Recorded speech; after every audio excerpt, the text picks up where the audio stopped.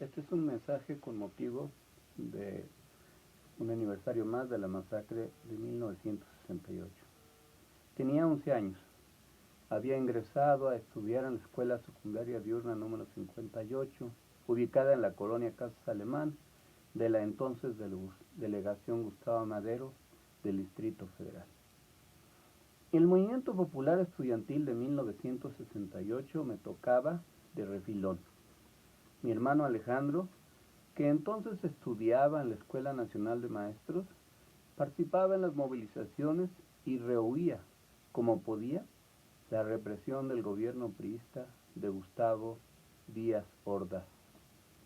La masacre del 2 de octubre de 1968 nos dejó aturdidos. Nuestra familia carecía de formación política. Estábamos desinformados. Los noticieros de radio y televisión le daban cobertura exagerada a las Olimpiadas inauguradas 10 días después del crimen. Mi padre Salvador leía las últimas noticias de Excelsior y por ahí se filtraba alguna información de lo sucedido, pero siempre en sintonía con la visión gubernamental de que se trataba de una conspiración, una supuesta conspiración del comunismo internacional. Eso decían los voceros del régimen. Hasta nuestra casa, en la colonia Martín Carrera, llegaba la propaganda anticomunista del llamado Movimiento Familiar Cristiano, que difundía la consigna de cristianismo sí, comunismo no. Mi madre era muy católica, pero no se dejaba engañar por las consignas. Lo que le preocupaba mayormente eran sus hijos. No quería que nos pasara algo grave y el ambiente se prestaba para temer lo peor. El gobierno repartió masivamente un libro confeccionado para consolidar su versión autoexculpatoria. Ese libro se llamó El Móndrigo, supuesto diario de un activista subversivo. Era una basura, una patraña que muy pronto fue desestimada por la gente, y aunque se difundió por millones, no logró su cometido. La fiebre deportiva, la manipulación mediática y la operación política del régimen paulatinamente fueron derrotando a la resistencia sobreviviente del Consejo Nacional de Huelga. Las clases escolares se fueron reanudando. Poco sabíamos de los presos políticos y de la decisión que fueron tomando algunos grupos de jóvenes radicalizados, inspirados en la teoría del foquismo que había promovido la Revolución Cubana. Se trataba del foquismo guerrillero, que optaron por la lucha armada ante la evidente cancelación de las vías pacíficas y democráticas de aquellos años, durante los cuales el viejo sistema de partido de Estado impedía cualquier oposición que no estuviese controlada. Años después, cuando había cumplido 14 años y concluido la secundaria, ingresé como alumno de la Benemérita Escuela Nacional de Maestros, ahí en San Cosme. Corría el año de 1971. Nuevamente la represión gubernamental contra el movimiento estudiantil se había vestido de tragedia. El 10 de junio de ese año se consumó la matanza del Jueves de Corpus, perpetrada por el cuerpo paramilitar conocido como los Halcones, del gobierno de Luis Echeverría Álvarez y del regente del Distrito Federal, Alfonso Martínez Domínguez. En septiembre de ese año, acudí a mi primer día de clases en la Escuela Nacional de Maestros. Otra vez, el movimiento estudiantil me pasaba de cerca.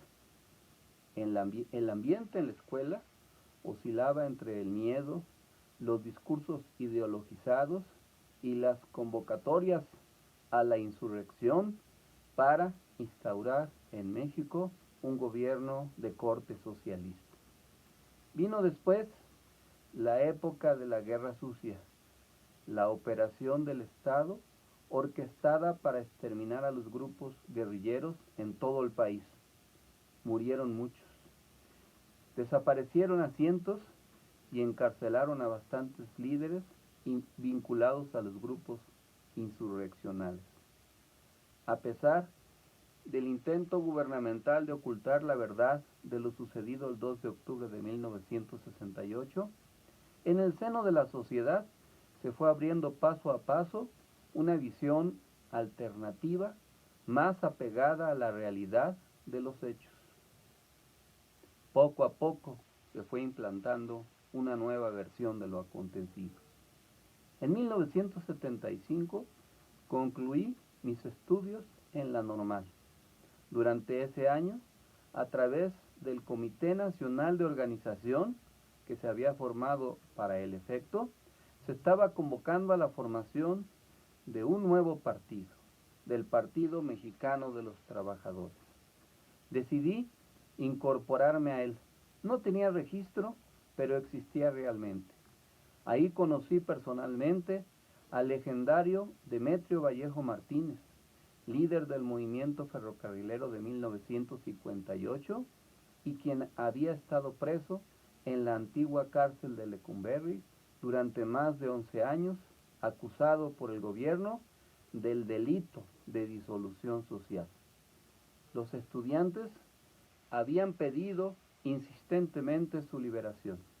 También pude convivir con Heberto Castillo Martínez, Eduardo Valle Espinosa, alias El Búho, por sus lentes de fondo de botella, y Luis Tomás Cervantes Cabeza de Vaca, entre otros, quienes habían sido dirigentes del movimiento de 1968. Ellos y muchos más difundían la verdad de lo acontecido y divulgaban la macabra historia del batallón Olimpia que había servido para reprimir y asesinar a los estudiantes. En Bucareli número 20 de la Colonia Juárez del Distrito Federal, en el 6º y 8º piso, funcionaba el Partido Mexicano de los Trabajadores, el PMT.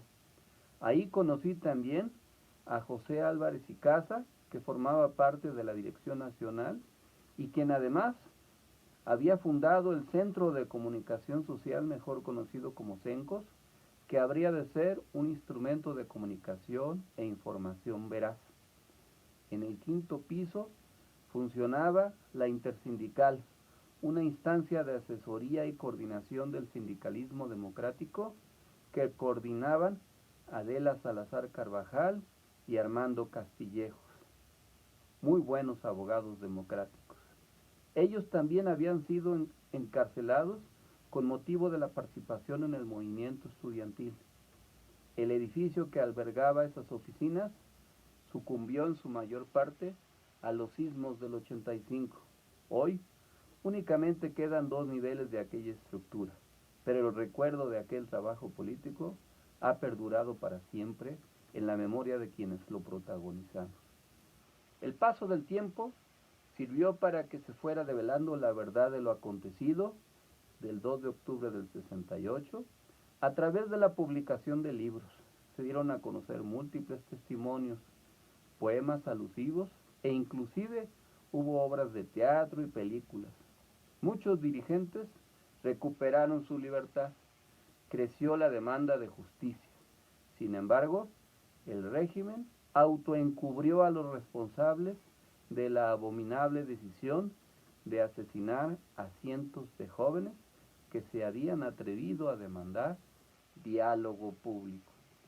Cada aniversario del 2 de octubre sirve para enfatizar en la demanda de justicia. Muchos de los protagonistas de aquel entonces ya no están físicamente con nosotros, pero el tema ha sobrevivido durante muchas generaciones, de muchas generaciones. La memoria histórica, de manera recurrente, insiste, a pesar de los 52 años que han pasado, en la demanda de que no habrá olvido. No se trata de una liturgia ociosa, es una manifestación democrática para recordar a quienes en demanda de diálogo público ejemplificaron con su entrega y compromiso el principio del fin de una época aciaga y el germen embrionario de otra que tardó mucho en consolidarse. El recuerdo de los crímenes del pasado no está alimentado por rencores inconfesables o deseos de venganza. Por el contrario, es una manera de plantear que nunca más el gobierno, ningún gobierno, responda violentamente a las demandas legítimas de la sociedad. Esto es una norma de cualquier gobierno democrático. Pasará con los sucesos de Iguala que acabamos de recordar también del 26 de septiembre de 2014, durante los cuales desaparecieron a los estudiantes normalistas de Ayotzinapa, algo parecido a lo acontecido con la historia del movimiento popular estudiantil de 1968. Palmo a palmo se irá conociendo la verdad. La diferencia será que ahora que existe un gobierno democrático encabezado por Andrés Manuel López Obrador, sí habrá justicia. Estamos seguros de ello. No habrá olvido para las víctimas del 2 de octubre del 68.